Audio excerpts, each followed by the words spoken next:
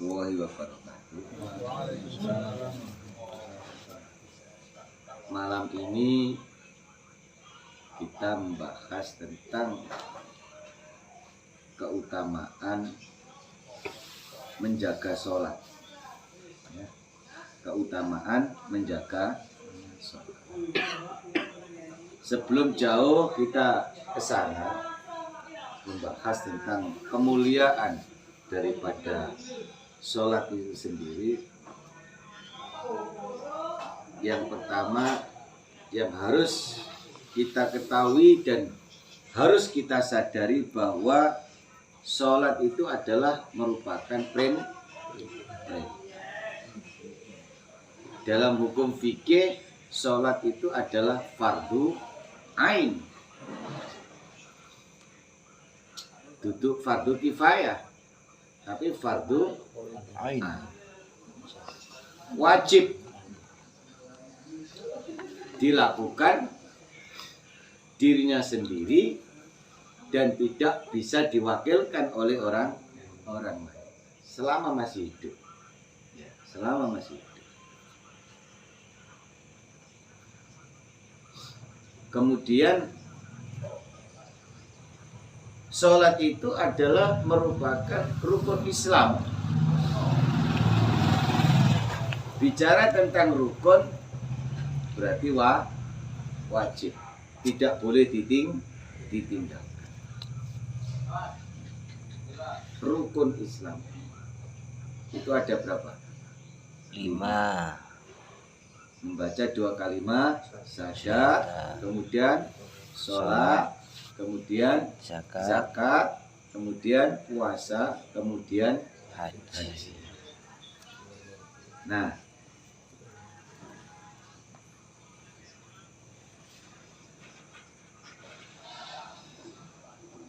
sholat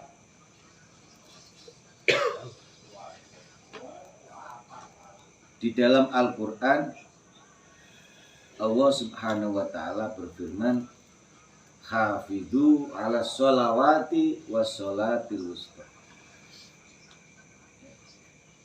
Itu Allah sendiri yang menyampaikan, jagalah sholat.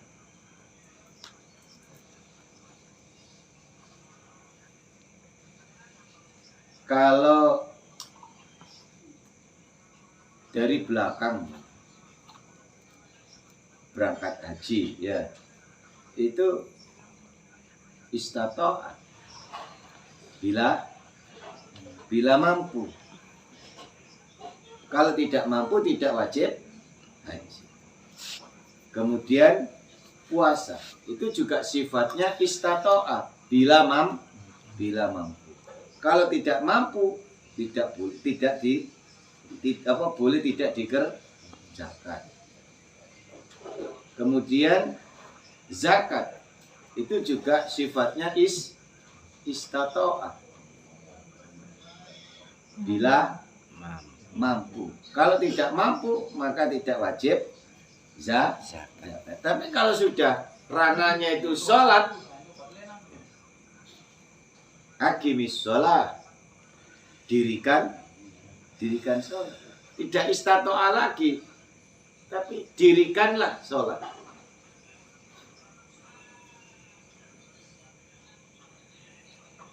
Tidak ada kalau mampu atau tidak mampu. Tidak ada kalimat itu. Jadi, harus didirikan. Siapa yang mendirikan? Dirinya sendiri. Tidak boleh ditinggalkan. Rasulullah di dalam sebuah hadisnya juga menyampaikan, as-sholatu imaduddin. Sholat itu cagae agama. Ibarat rumah, tidak akan bisa berdiri bangunan rumah tanpa ada tiang. Rumah tidak ada tiangnya pasti ambruk. Begitu juga agama itu akan jatuh, agama itu akan runtuh kalau tidak ditegakkan sholat. As-sholatu imaduddin. Sholat itu cagake agama. Sapa wonge sing ninggalo agama, ninggalo sholat, berarti padha wae karo merobohkan.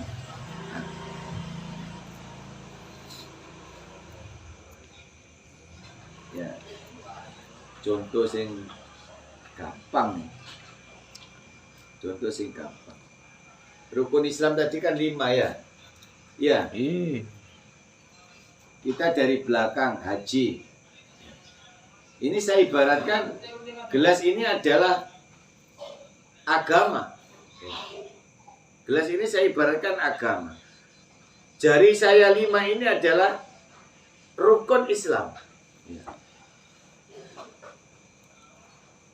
Dari belakang haji. Kalau tidak mampu, tidak wajib dilakukan. Apakah masih mereka dikatakan orang muslim? Masih. Agama masih kepegang enggak? Masih. Puasa sifatnya istato'a bila mampu. Kalau tidak mampu, maka tidak wajib dilakukan. Agama masih kepegang enggak? Masih kepegang. Kemudian zakat sifatnya istato'a bila mampu. Kalau tidak mampu tidak wajib. Agama masih kepegang enggak? Masih.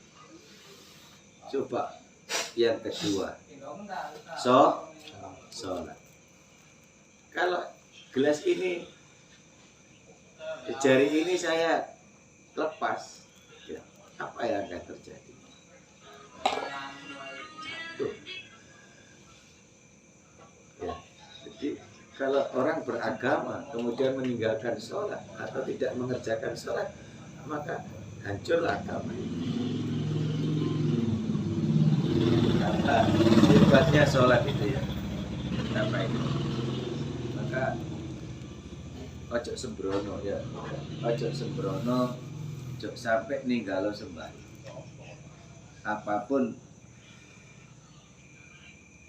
kesibukan kita, apapun kerepotan kita, kita dirikan sholat. Ojo sampai sembrono.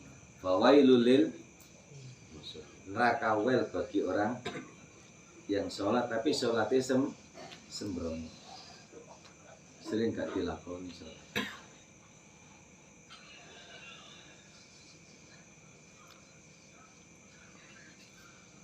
Bahayanya luar biasa. Wong nek ninggal sembahyang tuh nanggone kitab Targhib wa Tarhib itu tarikus sholat. Siapa tarikus sholat itu? Tarikus sholat itu adalah orang yang meninggalkan sholat. Rasulullah menyampaikan barang siapa yang meninggalkan sholat, maka dia tidak berhak untuk mendapatkan syafaat Rasul. Dan dia tidak mendapatkan bagian daripada umatnya Rasul. Terus kita umatnya siapa? Iya, kita umatnya siapa? Kita umatnya Kanjeng Nabi. Karena tidak sholat itu tadi berakibat seperti itu. Kenapa ini disampaikan? Supaya manusia itu tidak sembrono. Bahkan di kitab itu juga Targhib wa Tarhib itu. Untuk tarikus sholat, untuk orang yang meninggalkan sholat itu tidak boleh ditawari makan, tidak boleh ditawari minum. Kalau dia sakit tidak boleh dijenguk, gak oleh dikancani, gak oleh lungguh bareng. Ya, luar biasa. Pengaruh daripada sholat. Di peduk ya gak usah di apa? Gak usah di sopo. Bahkan ketika orang yang tarikus sholat, yang meninggalkan sholat atau sama sekali tidak pernah sholat itu, ketika mereka nanti mati tidak boleh diantar sampai ke liang lahat. Oleh kenapa ini disampaikan? Ya supaya kita sebagai manusia ini jangan sampai meninggalkan sholat. Kemudian apa yang didapat? Apa kemuliaan daripada orang yang menjaga sholat? Di kitab itu juga namanya Targhib wa Tarhib itu ada 5 kemuliaan yang Allah berikan kepada orang yang menjaga sholat. 1. Turfa'ulahu dzikul aisi. Mereka diangkat semua bentuk kesulitan, khususnya urusan bahasa yang mudah, rezeki ini bakal digampangno karo Gusti. Iku nek wong jaga selalu ada solusi, selalu ada jalan keluar. Kemudian yang kedua, kemuliaan yang didapat orang-orang yang menjaga sholat itu wa'adabul qabri, dibebaskan dari siksaan kubur. Dikai jembar kuburane, dikai padang kuburane oleh syafaat kubur, diberikan kenikmatan di dalam kubur. Kalau malaikat mungkar nakir datang, ya, dia tidak akan bertanya aneh-aneh. Cukup 2 yang akan disampaikan oleh malaikat mungkar nakir kepada orang yang menjaga sholat. Yang pertama adalah wahai fulan, dapat salam dari Allah. Yang kedua, wahai fulan, tidurlah seperti pengantin Baru. tidak ada siksa sama sekali. Ya. Ila yaumil Kiamah. Yang ketiga, kemuliaan bagi orang-orang yang menjaga sholat, wa yamurru ala sirati kalbarki. Ketika nanti melewati siratul mustaqim, jembatan yang penuh misteri, di bawah jembatan siratul mustaqim itu adalah api yang menjulat, api neraka. Disebutkan dalam sebuah kitab, andai kata 1 percikan api neraka itu ditaruh sebelah baratnya dunia, maka akan terasa panasnya hingga timurnya dunia.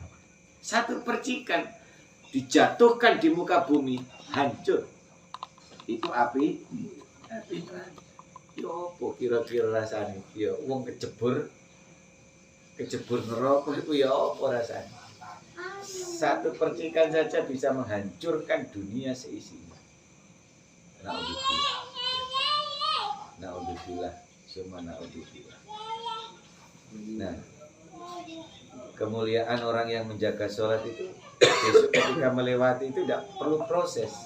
Wa yamurru ala sirati kalbarki. Dia melewati dengan begitu cepat seperti kilat.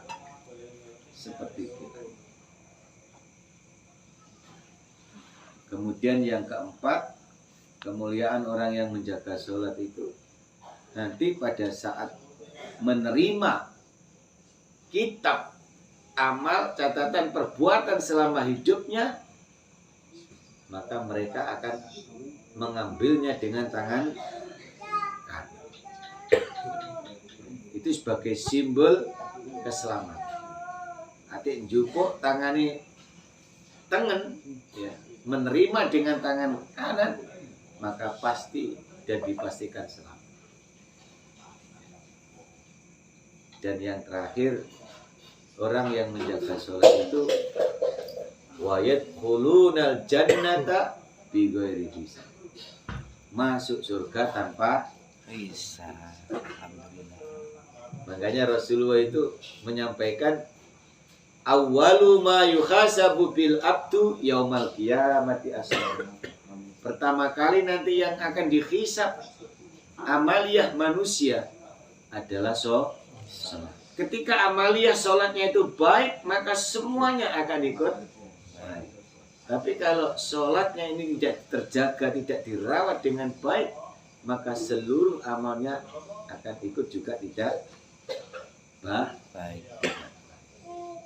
Maka daripada itu, betapa pentingnya sholat itu, jangan sampai kita ini sembrono, jangan sampai kita itu tinggalkan begitu saja, ya.